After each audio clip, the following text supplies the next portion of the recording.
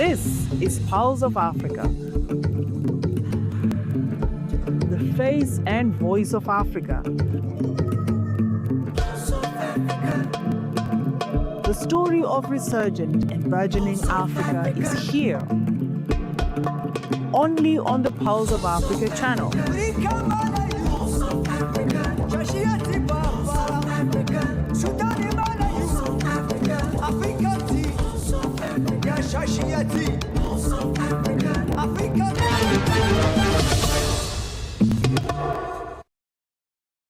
Welcome to Pulse of Africa News. I am Tensai Gabiao, your host. We cover inspiring stories and key moments shaping Africa. The nation's financial and revenue systems presented their performance and outlined strategic priorities for the next 5 years. Over the past half-decade, Ethiopia has implemented sweeping macroeconomic reforms, resulting in significant gains in financial inclusion and system efficiency. The government highlighted achievements including the shift to a market-based foreign exchange regime, the rollout of homegrown economic reforms, and the digitalization of payment systems. Officials noted that these reforms have strengthened competitiveness across the financial sector and improved access to services for businesses and citizens alike. The conference serves as a platform to assess progress, align institutional goals, and reinforce Ethiopia's commitment to sustainable economic growth and financial modernization.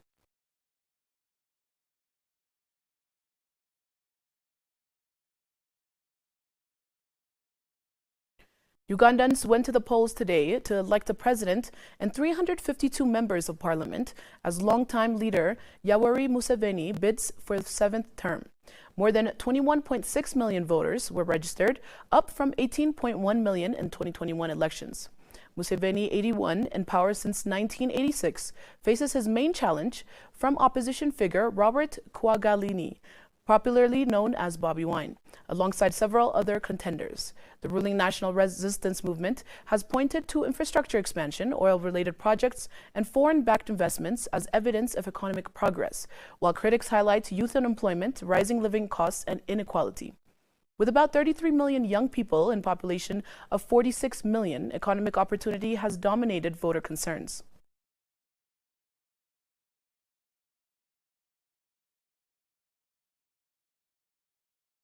The Association for Strengthening Agricultural Research in Eastern and Central Africa has emphasized the pivotal role of agriculture research in enhancing food security and climate resilience across the region. In an exclusive interview with POA, Sylvester Dickinson Buguma, Executive Director of the association, highlighted how research transforms food systems. He emphasized the critical role of agriculture research, noting that in Ethiopia, it develops new technologies and innovations in areas such as soil management, land use, water, crop varieties like wheat and teff, and livestock breeds. He added that the ultimate goal is to ensure these innovations reach farmers at grassroots levels. The generated technologies have contributed to climate-smart agriculture in a way that we have been generating those technologies that are climate resilient, climate tolerant, and those are the ones that we have been able to distribute or to take to the farmers, because these are resilient and tolerant to the extent that the farmers are able to produce more than before when they were not using the technologies we have. We have also come up with some other innovations, for example, virtual irrigation systems, which improve water use efficiency. The example we have here is in Uganda, where by use of this technology, we have been able to improve water use efficiency by 40%. We have also implemented the same project in Tanzania, but also went down up to Zambia to implement the same technologies. Baguma explained that association's outputs directly benefit farmers while supporting stakeholders across agricultural commodity value chains. We partner with the private sector and extension agencies to deliver these technologies to farmers, he added. Beyond irrigation, the association has introduced improved crop varieties and livestock breeds, helping farmers increase yields, strengthen food security, and generate surplus income even under challenging climates. Regionally, and the association collaborates with similar organizations across Africa under the Forum for Agricultural Research in Africa in Accra. These partnerships promote food sovereignty through research, policy advocacy, and knowledge sharing. I'm very glad, viewers, to let you know that the government of Ethiopia is very interested in making sure that the farmer is empowered with the right technologies, but also right policy environment to make sure that they are able to produce adequate, one, to feed themselves, but also to have enough as surplus to sell. Before you sell, you must have enough to feed yourself. And in that way, if you can sell, then you become food secure.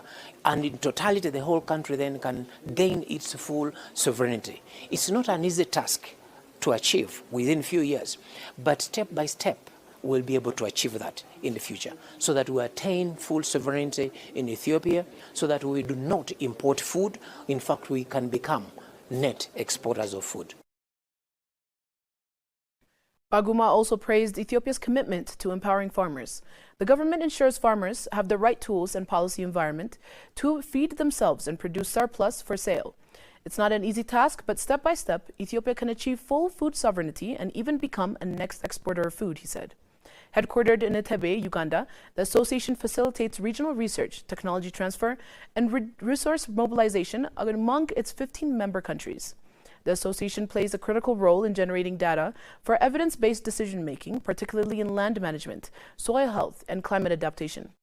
Through its work, the association continues to strengthen agricultural research capacity, helping Eastern and Central Africa build resilient, productive, and sustainable food systems for the future.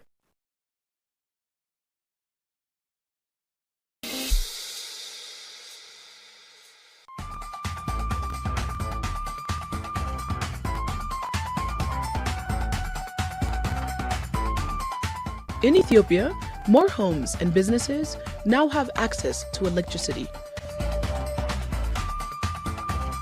Access to power supports education, healthcare, and local businesses. Light changes lives.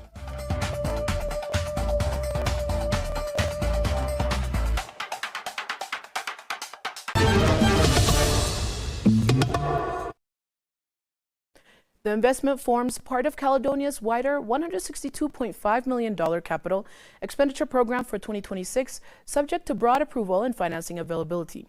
The Bilboes project is projected to require total development capital of about $584 million, with construction expected to begin this year and first gold production targeted for late 2028. Once fully operational, Bilboes is expected to produce around 200,000 ounces of gold annually for at least 10 years, significantly surpassing output from existing operations in the country. Caledonia plans to finance the project through a mix of non-resource senior debt, reinvestment from current mining operations, and alternative instruments such as metal streaming arrangements. The project has gained momentum following Zimbabwe's December 2025 decision to reverse proposed increases in gold royalties and changes to capital expenditure tax treatment. The policy adjustment has been widely seen as a signal aimed at preserving investor confidence in a sector that is central to the country's economic recovery and export earnings. The announcement comes amid record global gold prices driven by geopolitical uncertainty and shifting monetary expectations in major economies. Analysts say that Bilboes' development highlights a broader African trend toward leveraging large-scale resource projects for long-term economic value, job creation, and industrial development while seeking more balanced frameworks between host countries and international investors.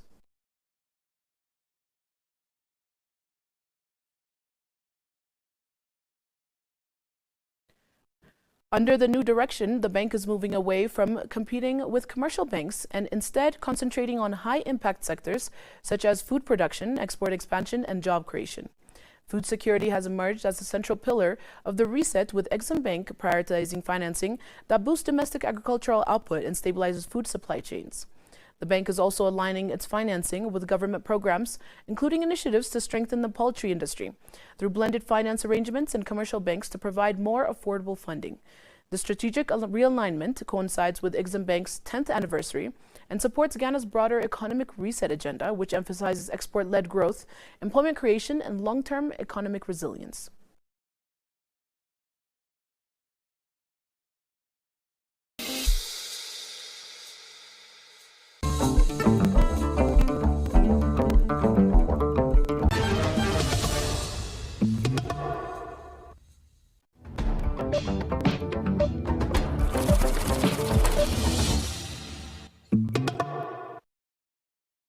Shifting to business headlines, M-Pesa Africa has announced a strategic partnership with Abu Dhabi's AIDI Foundation to integrate blockchain technology into its mobile money platform across 8 African countries.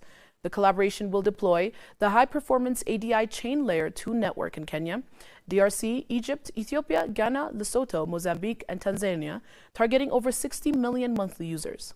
The partnership aims to modernize cross-border transfers, reducing settlement times and costs, while introducing UAE dram-backed stablecoin to provide price stability against local currency fluctuations.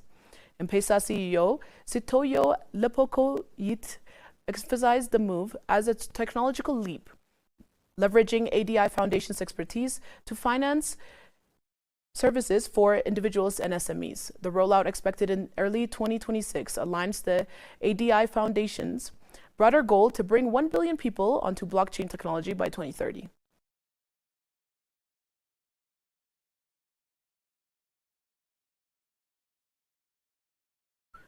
Total Energies Nigeria has agreed to sell its 10% non-operated interest in the Renaissance joint venture licenses to Varus, covering oil and gas assets in Niger Delta.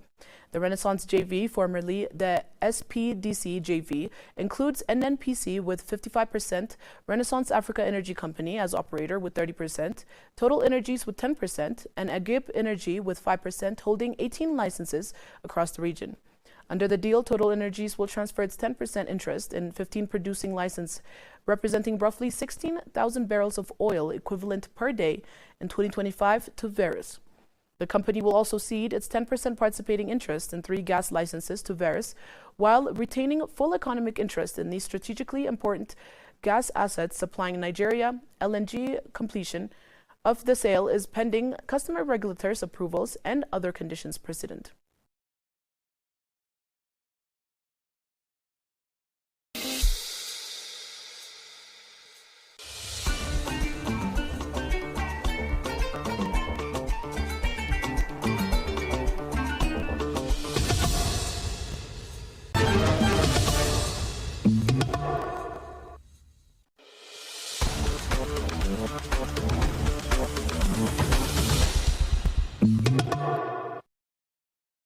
Now to sports. Cameroon Football Federation President Samuel Eto'o has been banned for 4 matches following alleged misconduct during Cameroon's 2-0 loss to host Morocco in the 2025 Africa Cup of Nations, the Confederation of African Football announced. Eto'o was reportedly seen making an angry gesture over refereeing decisions in the presence of CAF President Patrice Motsepe. CAF also opened investigations into on-field confrontations between players during the match. In addition to the ban, CAF fined Eto'o's $20,000. Cameroon Football Federation criticized the ruling, calling it lacking any explicit justification, and raised concerns over the fairness of the disciplinary process. Cameroon Football Federation confirmed it will appeal the decision while reaffirming its support for Eto'o's and commitment to credible disciplinary procedures. Morocco, the hosts, are set to face Senegal in the AFCON 2025 final on Sunday.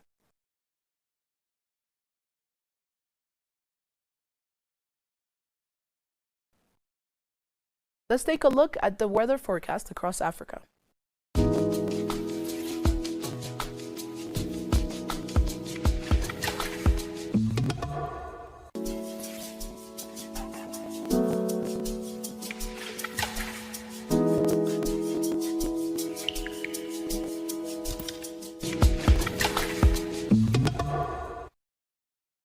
That's all for today. Before I conclude, I would like to invite you to watch our weekly program, El Dorado, which is coming up next.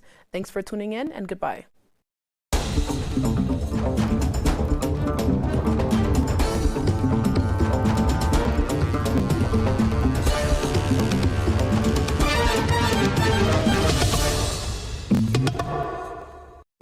El Dorado, a land of wealth, a future of limitless possibilities. This is El Dorado. From natural reach to groundbreaking innovations, discover Africa's untapped potential. El Dorado, unveiling Africa's global potential.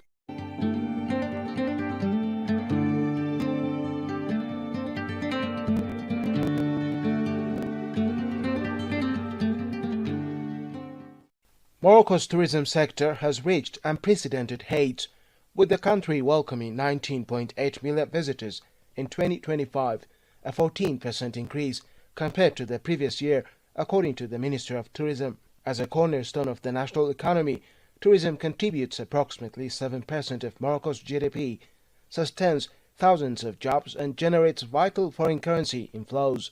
This remarkable growth has been fueled by the expansion of international air routes, stronger connections to key travel markets, and strategic efforts to promote diverse destinations across the country. In addition, Morocco has actively encouraged investment in hotel renovations and the development of new accommodations to meet rising demand. Financial performance has mirrored this surge, with tourism revenues between January and November reaching 124 billion dirhams, equivalent to $13.5 billion, representing a 19% year-on-year increase. Looking ahead, Morocco has set an ambitious target of attracting 26 million tourists by 2030, coinciding with its role as a co-host of the FIFA World Cup alongside Spain and Portugal, an opportunity that will further cement its position as a global tourism hub. In this context of growth and cultural pride, we are delighted to present some of Morocco's UNESCO World Heritage Sites, offering a complete cultural guide to treasures that define the nation's rich heritage.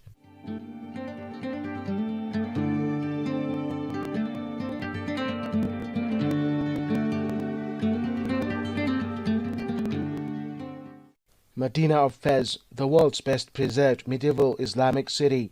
The Medina of Fez is often regarded as the crown jewel of Morocco's UNESCO World Heritage Sites and remains a must-see destination for anyone interested in the country's rich cultural heritage. Recognized in 1981 as Morocco's first UNESCO World Heritage Site, this medieval city is home to Al-Qaroyan University, founded in 859 AD, which is considered the oldest continuously operating university in the world. One of the most remarkable features of the Medina is its ancient tanneries, where traditional leather working techniques have been preserved and practiced for more than 1,000 years.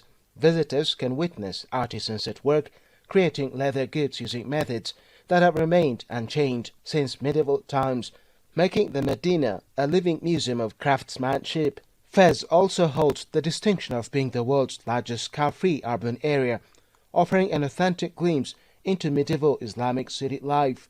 Its narrow, winding streets are lined with over 9,000 traditional raids and 11,000 historic structures, forming a complex and fascinating urban tapestry. Beyond its architecture, the Medina continues to thrive as a hub of traditional Moroccan arts, where master artisans carry on centuries-old practices in workshops that have operated without interruption for generations. This combination of history, culture, and living tradition makes the Medina of Fez not only a historical treasure, but also a vibrant center of Moroccan identity and craftsmanship.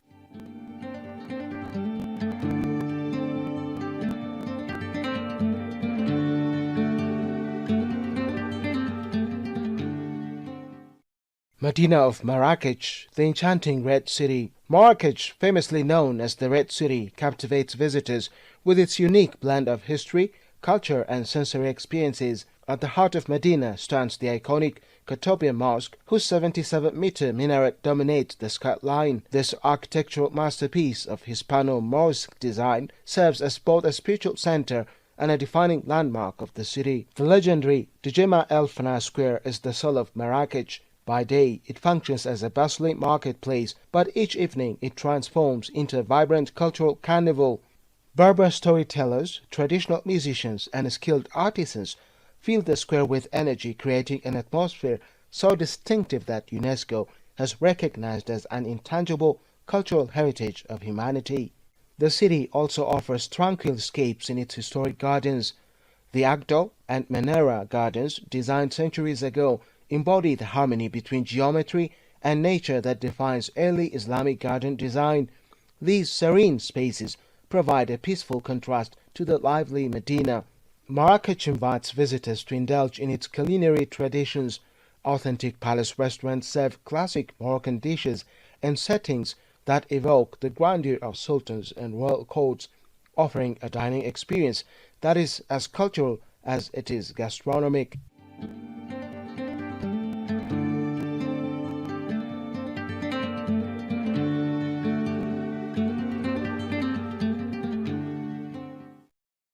Qusar of Eit Ben Haddou, Hollywood's favorite Moroccan location.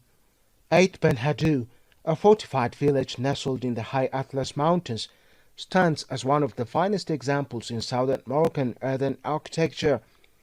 Its striking design and dramatic setting have made it a favorite backdrop for international filmmakers, with appearances in blockbuster productions such as Gladiator, Game of Thrones, and The Mummy. For visitors, the site offers the unique experience of stepping into what feels like a living movie set while exploring a place of deep historical and cultural significance. Beyond its cinematic phase, Eit Ben Haddou provides exceptional opportunities for cultural immersion. Private tours allow travelers to appreciate the intricate engineering of Berber architecture, especially during golden hour when the village glows against the spectacular high Atlas landscape. Traditional hospitality experiences offer intimate insights into mountain community life, where age-old social structures and agricultural practices continue to shape daily existence. The village's stunning natural backdrop creates a dramatic amphitheater that has long attracted international attention, making it one of the most photographed traditional settlements in the world. Conveniently located just 3.5 hours from Marrakech, Eit Ben Haddou is an accessible UNESCO World Heritage Site that perfectly combines breathtaking mountain scenery with Morocco's rich architectural heritage.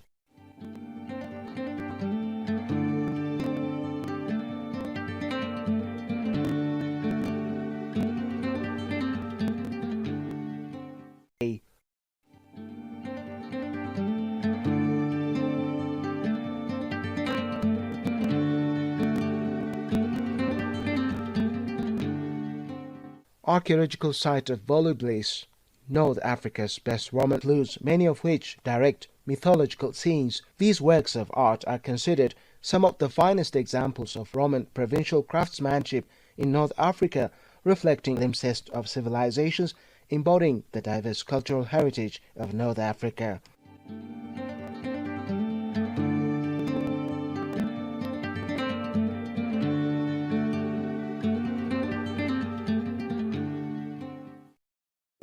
El Dorado, a land of wealth, a future of limitless possibilities. This is El Dorado. From natural reach to groundbreaking innovations, discover Africa's untapped potential. El Dorado, unveiling Africa's global